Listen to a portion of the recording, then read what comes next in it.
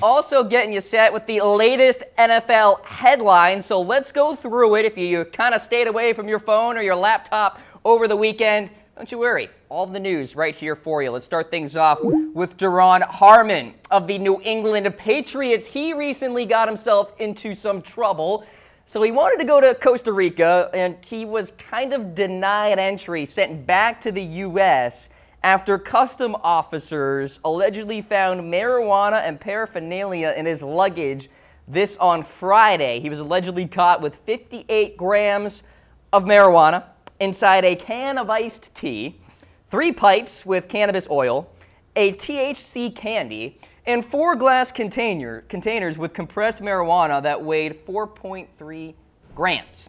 So something tells me Duron Harmon was looking for a good time in Costa Rica. He was not arrested, and the Patriots did release the following statement, quote, "We are aware of the situation involving Duron Harmon Friday night in Costa Rica. He has since returned to the United States, and we are seeking to gain more information at this time.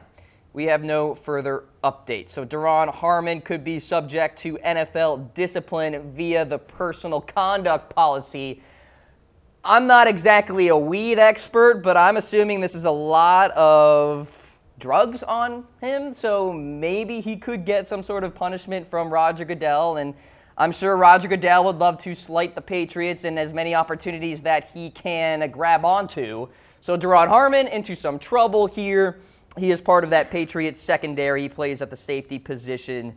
We'll see what happens going forward with him. Very much up in the air as the legal process now gets started. Although, again, was not arrested, so maybe this is just more of an NFL-type situation here with Duron Harmon and the personal conduct policy. All right, let's check in with the Oakland Raiders. We have a re-signing to report. Reggie Nelson coming back to the Raiders. It's a 1-year deal. Paul Gunther in town. It's a match made in heaven. I think it'll be a very solid, looking forward here for the Raiders, very solid addition there. Addition, I say air quotes in addition because, well, he was previously a member of the Raiders there. So Reggie Nelson staying in Oakland. Let's check in with the latest in terms of Ndamukong Suh. The Jets have rescinded their offer for Ndamukong Suh. Now, reports had surfaced that the Jets put out the most money in terms of an offer for Ndamukong Suh, even though Suh did not schedule a visit with the team. Now, according to Albert Breer, this is pretty interesting, the Jets' offer came with a deadline, and I guess Suh didn't meet that deadline, didn't get his homework done in time, in a sense. So the offer essentially expired. But if Suh comes calling back to the Jets and says, yeah, I want that offer, like, I'm down to come join you guys and play for the New York Jets, do you think the Jets will really be like, oh, yeah, sorry, deadline expired, yeah, we have to go to other priorities out there? No. I think the Jets would still bring back Ndamukong Suh and revisit that offer there that they had for him. So this, according to CEO Christopher Johnson, by the way, saying that the Jets have rescinded that offer. Suh, of course, has visited with the Titans, with the Saints, with the LA Rams. He's reportedly considering those 3 teams. He's believed to be at home right now, kind of mulling over that decision. Now, something came out this morning from Ian Rappaport suggesting that the Rams are the front runners for Ndamukong Suh. So let's just sit back here for a second and marvel at the potentiality for Ndamukong Suh and Aaron Donald playing on the same defensive line for the Los Angeles Rams. That would be a nightmare for opposing quarterbacks that play the Rams in 2018. So there's reason to believe that the Rams are the front runners there because maybe Ndamukong Suh sees an opportunity for the Rams to make a big-time Super Bowl push.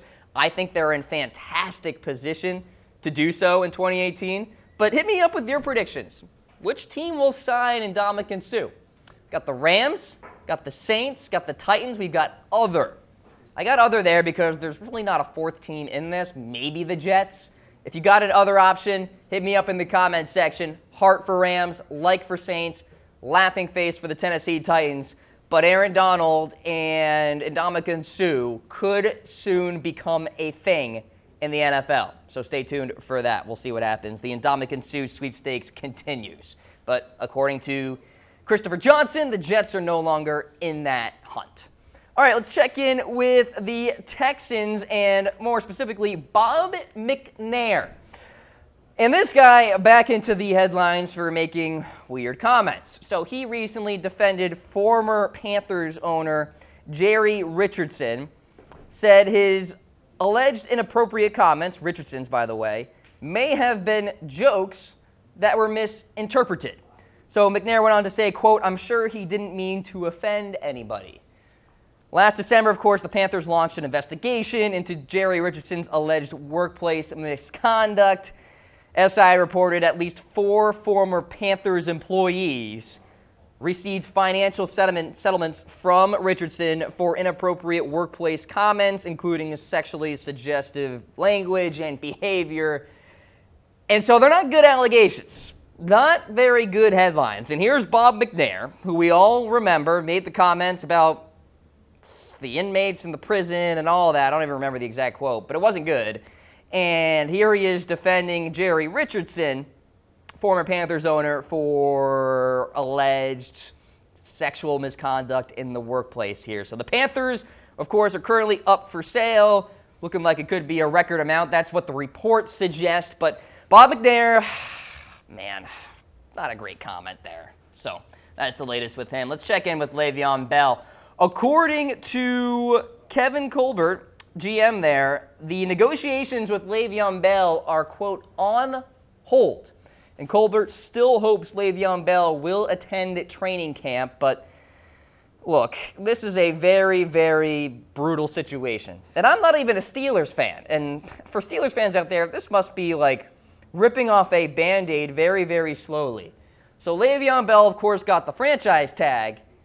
And I guess the Steelers now are looking to other priorities throughout free agency rather than addressing their franchise running back here in Le'Veon Bell. Now, Bell has been vocal in terms of he's got a number in mind in terms of how much he wants to get paid. He doesn't want to be valued any less than that number. And Bell also has said he's sitting out off-season workouts again unless a long-term deal can be reached. The Steelers, in theory, have until July 16th to reach a long-term deal with Le'Veon Bell, or else he is going to play on the franchise tag.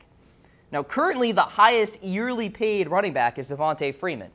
He's making $8.5 million. But here's the thing with Le'Veon Bell. Le'Veon Bell does not want to be, shall we say, weighted against the market value for running backs. He wants to be one of the most highly paid players in the National Football League. And I think the guy has an argument. Bell has rushed for at least 1,200 yards and 7 touchdowns in 3 of the past 4 seasons. And oh, by the way, Ben Roethlisberger, folks, ain't getting any younger. So the more help Ben can get in the run game, probably the better. And do you want Le'Veon Bell playing in 2018 with the thought in the back of his head, the Steelers don't value me, I'm playing on a franchise tag, maybe the longevity here with the Steelers isn't actually going to happen. So some very interesting recent comments here from Kevin Colbert. And we're getting all these quotes here by owners and team leadership, by the way, because the owners' meetings are going on right now in Orlando, Florida. So a lot of the headlines are kind of surfaced around that. But again, Le'Veon Bell has said he will be sitting out during training camp, during OTAs, pretty much up until week 1 of 2018, yet again, unless a long-term deal can be reached with the Pittsburgh Steelers. As of now, negotiations are on hold. The Steelers are directing their priorities elsewhere, probably looking at the draft and free agency. All right, so Le'Veon Bell, the future very much in question for him after 2018 with the Pittsburgh Steelers. Let's check in with the latest on Eric Reid. So Malcolm Jenkins has come out in support of Eric Reid, saying that Reid is unsigned due to his protesting during the national anthem. So here's what Jenkins recently told ESPN. Quote, "Absolutely, it would be hard to say that he's not getting any calls just on talent alone. I think any team that is considering him is going to weigh his political views and the strong stance that he's taken the last couple years, and that's unfortunate. But it's just kind of what it is." This Malcolm Jenkins to ESPN. Jenkins has been, of course, a strong proponent of Kaepernick's cause for speaking out against racial and social injustice, and Eric Reid was one of the first people to kneel alongside Colin Kaepernick during the national anthems. So now, the argument also is the safety market has been very, very slow. It's kind of been sluggish compared to other areas of free agency, so that's one thing to kind of point to in terms of Eric Reid. But there's no denying the fact that the political views of Eric Reid are very much part of the equation here. We have a weigh-in for all of you guys watching the Cam Rogers Show on Facebook Live as well as YouTube. Is Eric Reid unemployed right now due to his protests during the national anthem? Is that part of the equation? And how big of the equation is it? Is it like a headliner part of consideration by many owners out there, many GMs, or is it just kind of a minuscule thing and maybe more alludes to the slow market at the safety position? Reid also has said he won't kneel during the national anthem in 2018 and will consider other methods to deliver his message. So he's not going to do it anymore. So kind of putting that into your factors here, he's not going to be kneeling. He's still a quality player. He still can play at a very high level. And the same can be said about Colin Kaepernick as well, who I'm going to talk about in a matter of moments here in regards to Johnny Manziel. But for Eric Reid, Malcolm Jenkins has come out in support of him, saying that he is largely unsigned because of his political views. So maybe we are in an era of the NFL where for players who speak out in regards to these topics during the national anthem and maybe other times as well, we'll see a slower market in free agency. Maybe that's the NFL that we live in now. Kind of sad that that's part of the deal here, but it seems like that's where we're going into in terms of a direction with all of this First Amendment stuff and all of that. So Eric Reid, that's the latest with him. He also took to Twitter recently saying that it's not the GM's fault. It's actually the owner's fault. So he blames the owners out there for not giving him a fair shake.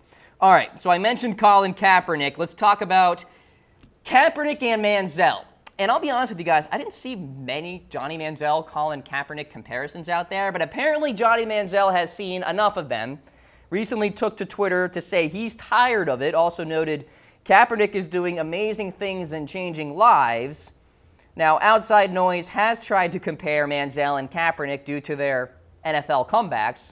Of course, both of them trying to come back to the National Football League, but obviously making that kind of comparison is just irresponsible in my eyes. One is out of the league for protesting during the national anthem, it appears. And another is out of the league for failure in substance abuse control. So two totally different things here. Johnny Manziel on the comeback, so is Colin Kaepernick. And really, Kaepernick shouldn't even be doing a comeback because he should be in the league to begin with.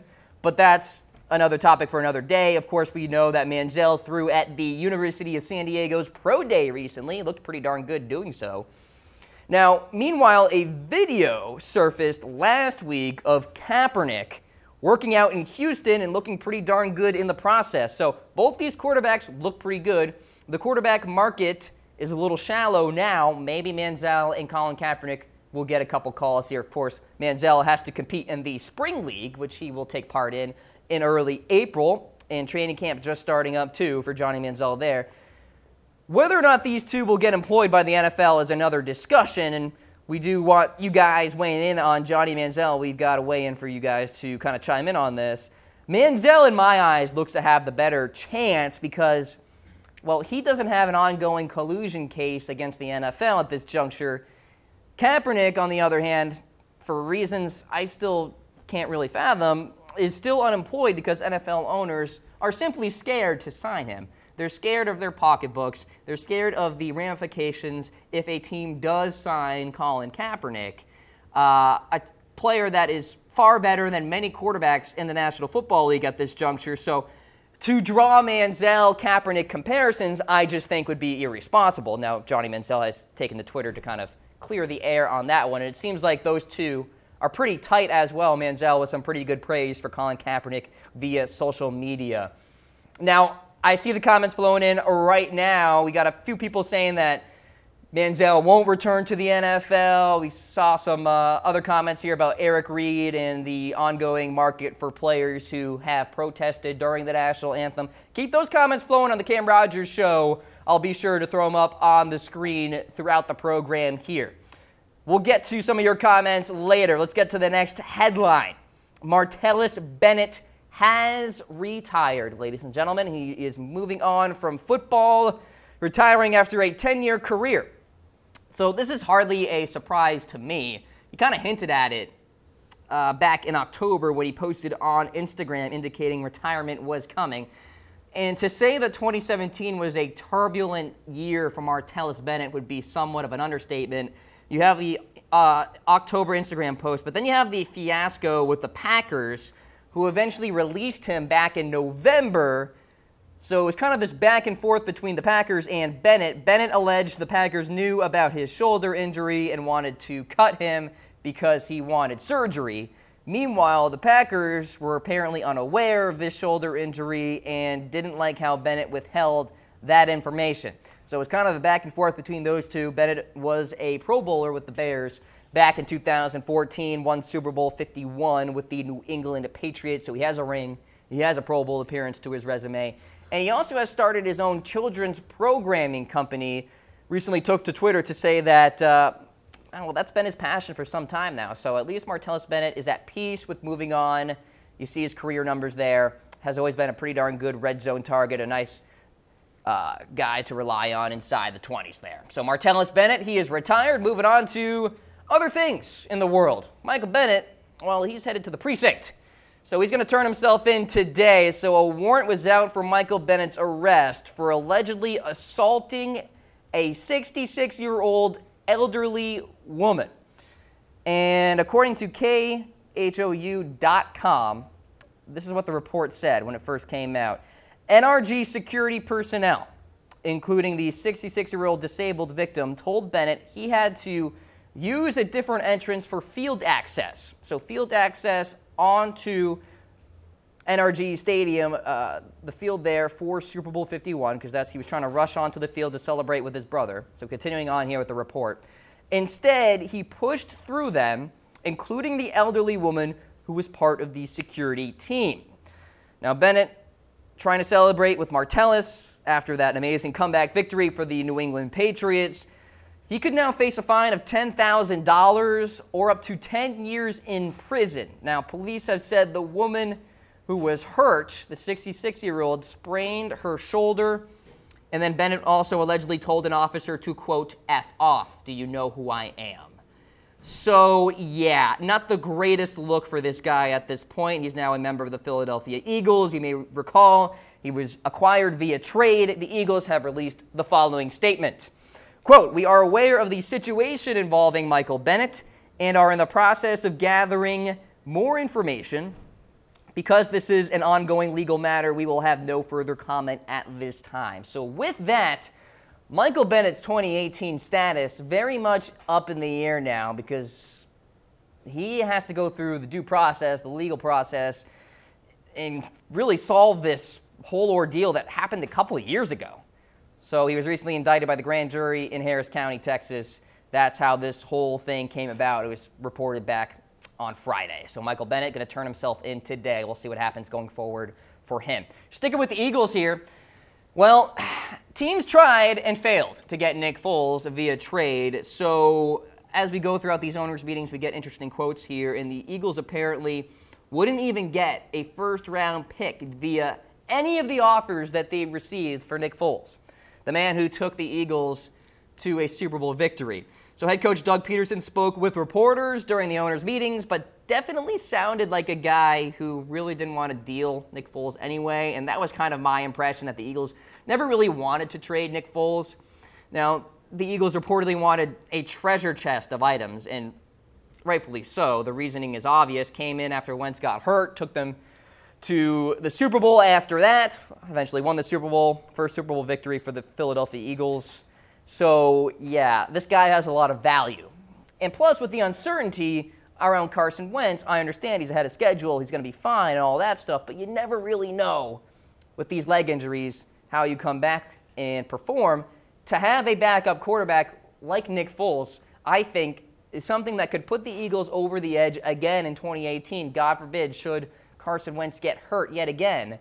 Foles will be right there. He knows the system. He can do a fantastic job with this team. And the Eagles' locker room has the confidence that Foles can take them to the promised land yet again and capture a Super Bowl victory. So I think letting go of Nick Foles via the trade would have been pretty nuts, outside of a team offering the world to this guy via trade. So for the Eagles to keep Nick Foles, very, very smart of them. All right, so let's go to some more quarterback news here. Stanton has found a home. He has signed a 2-year deal with the Cleveland Browns, joining veteran Tyrod Taylor as the new addition party here. So Stanton started 13 games for the Cardinals in his last 5 seasons. The Browns also select number 1 and number 4 overall in the draft, so it is quite obvious to say the Browns will be bringing in another new quarterback as well, a rookie at that, maybe a Sam Darnold, Josh Rosen, Baker Mayfield, whatever the case may be. Now, the Browns have said they prefer their new rookie quarterback not to play next season. So with that, I mean, kind of a sneaky, interesting storyline here, folks. Stanton versus Tyrod Taylor in OTAs in training camp. Who wins out for that starting gig in Week 1 of 2018? I'm just saying, because the Browns clearly don't want to start their rookie in Week 1. It's going to be Tyrod or Drew, I would think. So I think Stanton has a real possibility to beat out Tyrod. I mean, Tyrod's an okay quarterback. He protects the football well, but, you know, you can't just hoist it up for Tyrod Taylor to be the starter in Week 1, even though Hugh Jackson has said so. I'm not buying into that. So Stanton, now a member of the Cleveland Browns. C.J. Anderson may no longer be a member of the Denver Broncos. John Elway, GM, has not ruled out an Anderson trade recently, speaking to the media. So C.J. has been the surface of trade talks of late, despite rushing for a career high in yards last year. Still kind of beyond me. But Elway said Denver will continue to look at the cap space. Broncos currently have like $19.8 million. And decide from there. So there's Devontae Booker on the roster. Hasn't really proven to be all that great, so I don't know why the Broncos would have any faith in him. But the Broncos could swing for Saquon. That kind of sounds cool. Swing for Saquon. Book that, folks. Write that down. At number 5 overall, right, if he somehow falls. So maybe the Broncos are kind of preparing for that. Maybe there could be a big-time quarterback run at the top of that draft. Although if the Browns go with a quarterback at 1, I would be shocked if Saquon is available at 4 and the Browns don't get Saquon. But maybe there is a possibility Saquon drops to 5, but I think it's highly unlikely. You see C.J. Anderson will earn $4.5 million the next 2 years. Maybe the Broncos kind of want to change the running back scheme, running back system, run game system with Bill Musgrave there as the offensive coordinator. I really don't know, but I think C.J. Anderson is going to remain with the Denver Broncos. I'd be shocked if he leaves, but we shall see if he gets traded. Stay tuned for that. All right, so I mentioned that the owners' meetings are going on, and as they continue, the national anthem will be discussed. And Christopher Johnson, CEO of the Jets, recently came out and said forcing players to stand during the national anthem would, quote, be a fantastically bad idea. So that's one side of the matter. Meanwhile, on the other side, you have Bob McNair, who said, quote, our playing field. That's not the place for political statements. So obviously, this topic is very polarized among the public, and clearly, this topic is polarized among the NFL owners. And even though it's going to be a topic of discussion as we go throughout these owners' meetings in Orlando, reportedly, no decision will be made, nothing concrete, and I would be shocked if there would be. Just because I think this is going to be a long and grueling process of both sides trying to work out some sort of agreement here. I don't think it's going to happen in 3 days, in 4 days, however long the meetings are. So with that, folks, watching the Cam Rogers Show here on Facebook Live and YouTube, hit me up in the comments section, because it's a topic of discussion in owners' meetings right now. If you are in those meetings, what do you do about this? Should the NFL require players to stand during the national anthem? I want to hear from you, because on the Cam Rogers Show, it's all about you here, folks. And, of course, we appreciate when you guys chime in and give us your thoughts. So continue to hit me up in the comments section. It's a topic that is going to continue to be in the headlines, whether you like it or not, in 2018. You have Colin Kaepernick trying to make the comeback. You have the ongoing collusion case with Kaepernick in the NFL, and clearly the national anthem, a topic of discussion among the NFL owners out there.